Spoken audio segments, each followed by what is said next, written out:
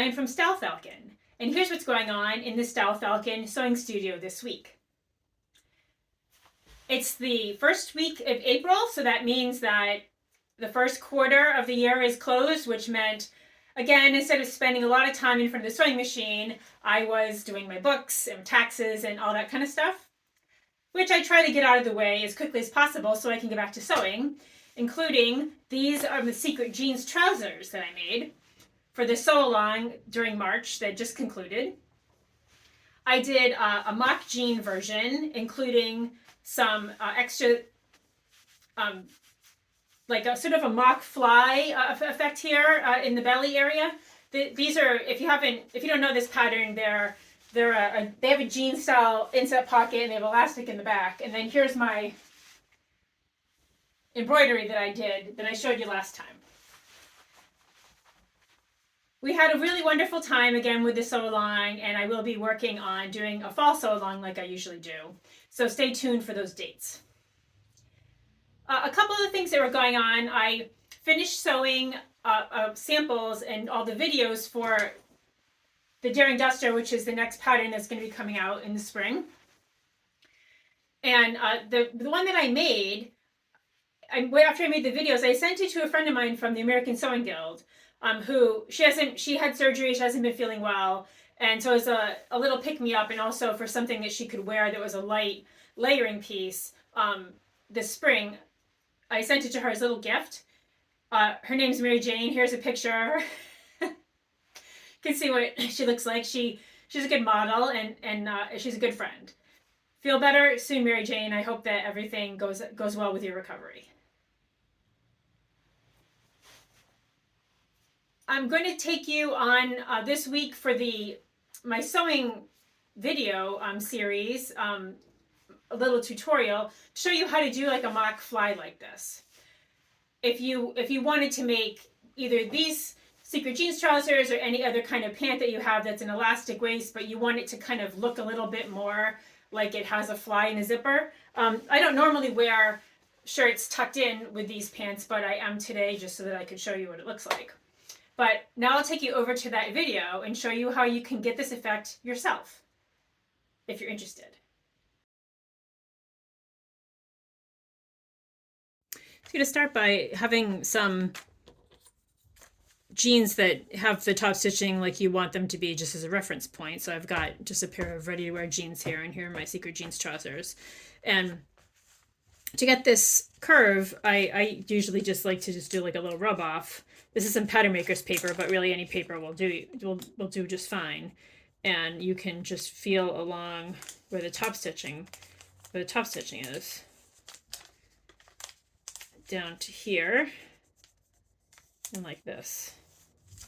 And then you can kind of make yourself a little template for your top stitching that you're going to do.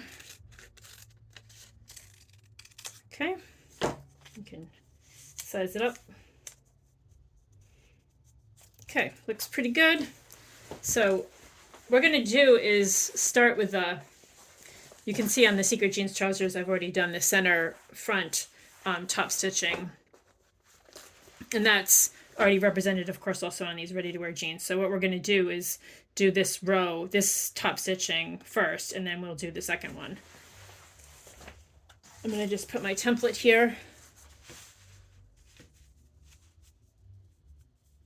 And just trace it off like this. And again, this will be the inside row, and then we'll do an outside row. But for now, we'll just worry about the inside row. So I'm going to go over the machine and do this. Okay, we have our mark from our template ready to go here. I'm going to put it in the machine. I find that it's best to just go pretty quickly. The slower that you go, the harder it tends to get. And I find it's easier to start from the center front and go out than to start at the waist and go in. But that's just me. You may, your mileage may differ, but here's how I like to do it. So like I say, we'll just back stitch a couple times, and then we're just going to go for it. And I think a lot of people get a little nervous about this because it's a tight squeeze through here. It's a tight curve, rather. But don't worry about it too much. That's what I say. Like, if anyone's looking that closely at your inseam of your, they're probably I hope that they're really good friends of yours. So here we go. Here's what it looks like. Those stitches are a little long, but they're fine. And then you're just going to do a second row.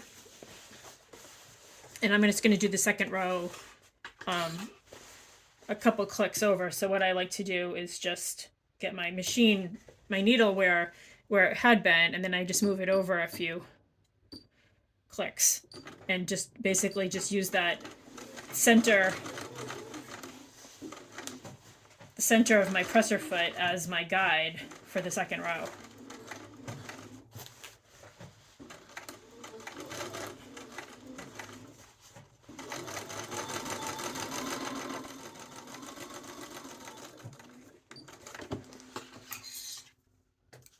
Okay. There you have it. This did go a little wonky right here. I think I'll probably unpick. Okay, and here we have it. Here's our mock fly. I'm going to just trim these threads off, and we are good to go. And then the last thing to do is to do a little bar tack. Again, here are the ready-to-wear jeans again. And there's this little bar tack right here that is just to hold the fly shield in place. So if you want to make it look really authentic, we can do that here too. I'm just going to mark the area. It's about a centimeter or about a half an inch or so up from the second line of top stitching.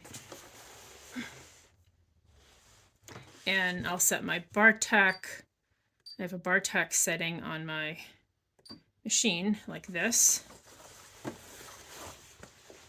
And we will just do a very quick, let's go this way, a quick little bar tack just right here.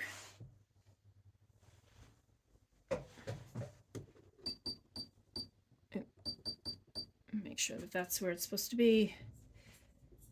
And we'll go down and just do a quick, and we'll knot it off.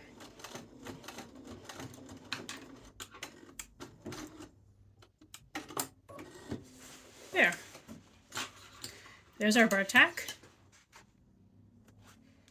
And I think that it's compares favorably. Let's move the machine out of the way.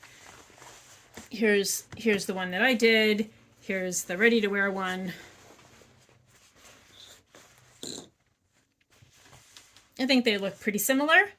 Of course, my top stitching is a lot brighter at the moment because these haven't been washed a million times like these old ready-to-wear jeans. But I think that we're good to go. Give it a try. Let me know how it goes with your secret jeans trousers.